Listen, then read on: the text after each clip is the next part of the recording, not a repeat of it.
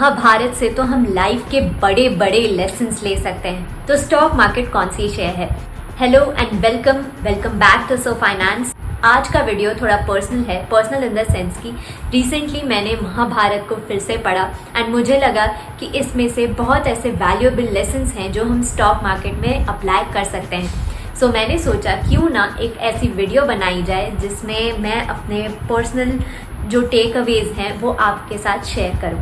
Comment section में ज़रूर बताइएगा कि आपने महाभारत से कौन सी ऐसी सीख ली है जो आप स्टॉक मार्केट में भी अप्लाई करते हैं। सो मेरे पास जो महाभारत है वो क्लास 7 की हिंदी की सप्लीमेंट्री रीडर हुआ करती थी एंड मैंने इसे संभाल के रखा है। This is not the Ved Vyas वाला version, this is actually a summarised version and lessons तो वही हैं। आइए चलिए देखते हैं कि मैंने इसमें से क्या डिराइव किया है। सबसे पहला और इम्पॉर्टेंट लेसन जो हम महाभारत की कथा से डिराइव कर सकते हैं वो रिस्क मैनेजमेंट का है। जब युधिष्ठिर को बहुत ही चतुराई से चौसर के खेल के लिए मजबूर किया गया था तब उन्हें अंदाजा नहीं था कि वो क्या क्या गंवा सकते हैं। राज्य और पैसों तक तो सब ठीक था पर उनको ये बिल्कुल अंदाजा नहीं था कि वो अपने भाई, अपने आप और अपनी पत्नी को भी गंवा सकते हैं। स्टॉक मार्केट में भी आप इन्वेस्टर या ट्रेडर बनने से पहले सबसे पहले आप एक रिस्क मैनेजर है।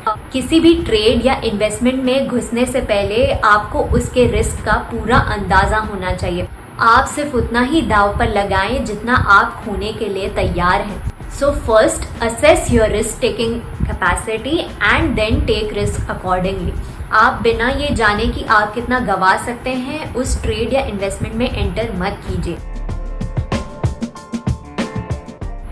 महाभारत में ऐसे बहुत सारे इंस्टेंसेस हैं जब लोगों ने गलत डिसीजन लिए हैं जस्ट बिकॉज वो दूसरों के इन्फ्लुएंस में आ गए थे। अब चौसर के खेल को ही देख लीजिए। दुर्योधन ने बड़ी ही चतुराई से युधिष्ठिर को उकसाया था कि वो द्रौपदी को दांव पे लगाए। इवन धृतराष्ट्र भी दुर्योधन के इन्फ्लुएंस में आके ऐसे डिसीजंस लेता था जो पांडवों के लिए हार्मफुल साबित हुए हैं। For example Dhritarashtra was not ready for this चौसर का खेल पर पुत्रों के मुंह में आके धृतराष्ट्र ने अल्टीमेटली गिव इन कर दिया। हम भी पैसे कमाने के मोह में दूसरों के सजेस्टेड स्टॉक्स या फिर इन्वेस्टमेंट या ट्रेडिंग टिप्स लेते हैं। जब हम अपनी लाइफ के मेजर डिसीजंस खुद ले सकते हैं तो why not investment and trading decisions. Always do your own research, your own analysis before investing और ट्रेडिंग, बिकॉज वही सबसे ज़्यादा रिलायबल होता है। हमारी जजमेंट, हमारा एनालिसिस ही सबसे स्ट्रॉन्ग बेसिस है स्टॉक मार्केट में सर्वाइव करने के लिए। जब पांडव अपने वनवास में थे तब गांधर्व राजा चित्रसेन और दुर्योधन के बीच में एक जंग छिड़ गई थी एंड दुर्योधन और सारे कौरवों को बंदी बनाया गया था। तभी युधिष्ठिर ने अर्जुन और भीमसेन को बोला था कि आप जाएं और कौरवों को छुड़ा के ले आएं because ultimately they are our family. पांडवों को छल कपट से चौसर के खेल के लिए बुलाया गया, उनको वनवास भेजा गया एंड बहुत सारे अत्याचार होने के बाद भी उनका कौरवों के साथ वही रवैया था जो उनका सबके साथ होता है। वही हलीमी के साथ वो उनके साथ भी पेश आते थे। उन्होंने अपने प्रिंसिपल्स, अपनी वैल्यूज अपने सिचुएशन के मुताबिक चेंज नहीं की है। वो हमेशा धर्म के साथ बने रहे। स्टॉक मार्केट में भी हमने जो as a trader, as an investor अपने लिए रूल्स बना के रखे हैं वो रूल्स हमें फॉलो करने चाहिए। हमें वो किसी भी हालत में अपने वैल्यूज, अपने रूल्स को ब्रेक नहीं करना चाहिए। फॉर एग्जाम्पल अगर मैंने ऐसे रूल्स बनाए हैं कि मेरा एक पर्टिकुलर स्टॉप लॉस है, मुझे वो स्टॉप लॉस किसी भी हाल में चेंज नहीं करना चाहिए। या फिर मैंने एक ऐसा रूल बनाया है कि मैं दिन में 2 से ज़्यादा ट्रेड्स नहीं लूँगी तो मुझे उस रूल का पालन करना चाहिए। किसी भी हाल में वो रूल ब्रेक नहीं करना चाहिए। अभिमन्यु के चक्रव्यूह का तो हम सबको पता ही है। Half knowledge is more dangerous than anything else. हम चक्रव्यूह में घुस तो जाते हैं पर बाहर नहीं निकल पाते हैं। स्टॉक मार्केट भी एक ऐसा चक्रव्यूह है जहाँ पे हम घुस तो जाएंगे पर बाहर नहीं निकल पाएंगे जब तक हम पूरी नॉलेज लेके ना घुसें। इसीलिए ये पॉइंट हमारा पहले पॉइंट से रेलेवेंट है कि हमें अपने एनालिसिस एंड अपनी जजमेंट पे रिलाई करना चाहिए। अगर हम दूसरों के कहने पे कोई स्टॉक ले लेंगे, कोई इन्वेस्टमेंट कर देंगे या फिर कोई ऐसा ट्रेड लेंगे जिससे हम बाहर ना निकल पाए, हमारा सारा पैसा चला जाए, so that is something which is harmful. हमें अपने जजमेंट, अपने एनालिसिस पे रिलाई करना चाहिए। जितना हो सके उतनी नॉलेज गेन करके फिर ही इन्वेस्ट करना चाहिए, ट्रेड करना चाहिए। बदले की भावना एक बहुत ज्यादा डेंजरस चीज है। महाभारत में जब द्रोणाचार्य ने राजा द्रुपद से बदला लेना चाहा तो द्रुपद ने इसे अपनी बेइज्जती समझा एंड उसके मन में द्रोणाचार्य के लिए और ज़्यादा घृणा पैदा हो गई। सालों बाद जब महाभारत का युद्ध छिड़ा था तब द्रुपद पांडवों के साथ था द्रोणाचार्य के खिलाफ। राजा द्रुपद ने अपना पूरा जोर लगाया था कि वो द्रोणाचार्य को उस युद्ध में हरा सके। Revenge only destroys you and nobody else.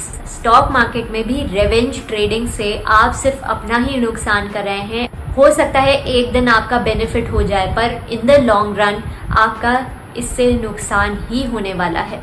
Now this point is specially for traders. अब ये पॉइंट तो हमने बहुत बार सुना है कि stock market is all about emotion. Mahabharat में भी यही सिद्ध हुआ है कि इमोशंस से अगर हम कोई डिसीजन लेते हैं तो वो कभी भी हेल्पफुल नहीं होता है। अब अगर दुर्योधन ने अपने इमोशंस पे कंट्रोल किया होता, अगर वो अपनी ईर्ष्या, अपनी जेलसी को कंट्रोल में रख सकता, तो वो पांडवों के साथ इतना बदसलूक नहीं होता, उनको ऐसे ट्रीट नहीं करता, ना ये महाभारत की जंग छिड़ती। स्टॉक मार्केट में भी अगर हम अपने इमोशंस पे कंट्रोल नहीं कर पाएंगे तो हमारे सारे डिसीजंस कहीं ना कहीं गलत लिए जाएंगे एंड हम काफ़ी सफ़र कर सकते हैं। हमें अपना लालच, अपना ग्रीड कंट्रोल में रखना पड़ेगा। वनवास के दौरान पांडवों को एक ऐसा मायावी सरोवर दिखा था जहाँ पे एक यक्ष ने उनको कई प्रश्न किए थे। युधिष्ठिर को जो प्रश्न किए गए थे उसमें से सबसे पहला और इम्पोर्टेंट क्वेश्चन ये था कि मनुष्य का साथ कौन देता है। तो युधिष्ठिर ने उत्तर दिया था कि धैर्य ही मनुष्य का साथी होता है। स्टॉक मार्केट में भी patience is a very important virtue. अगर आप ट्रेडर हैं तो आपको पेशेंटली एक एंट्री पॉइंट, एक एग्जिट पॉइंट का वेट करना पड़ेगा। पेशेंस अगर नहीं रख पाएंगे तो हम and even if you are an investor and आपके लॉसेस हो रहे हैं तो आपको पेशेंटली वेट करना होगा कि वो प्रॉफिट्स में कन्वर्ट हों एंड आप उनको बुक मत कीजिए। इंस्टेड अगर वो अच्छा स्टॉक है तो उसको एवरेज आउट कर सकते हैं। और भी ऐसे कई सारे क्वेश्चंस किए गए थे। उनमें से एक और क्वेश्चन ऐसा था कि किस चीज़ को गवाकर मनुष्य धनी बनता है। युधिष्ठिर ने उत्तर दिया था लालच को गवाकर मनुष्य धनी बनता है। स्टॉक मार्केट में अगर हम अपना लालच, अपना जो ग्रीड है उसको कंट्रोल करना सीख लेंगे तो वी विल बी रिच। हमें अपने जो वाइसेस हैं उनको कंट्रोल में रखना है एंड अपने वर्च्यूज पे वर्क करते रहना है, जिसमें से पेशेंस एक सबसे बड़ा वर्च्यू है जो स्टॉक मार्केट में बहुत ही हेल्पफुल है। आई नो ये बहुत ही सिंपल और बहुत ही इजी लेसन्स हैं, बट ये बहुत वैल्यूएबल हैं। हम अगर इन पे काम करना सीख जाएंगे तो स्टॉक मार्केट में हम ज़रूर सक्सेसफुल हो सकते हैं। So all the best you guys, and I hope you like this video. Do not forget to subscribe to my channel. Thank you guys for watching. See you guys next time.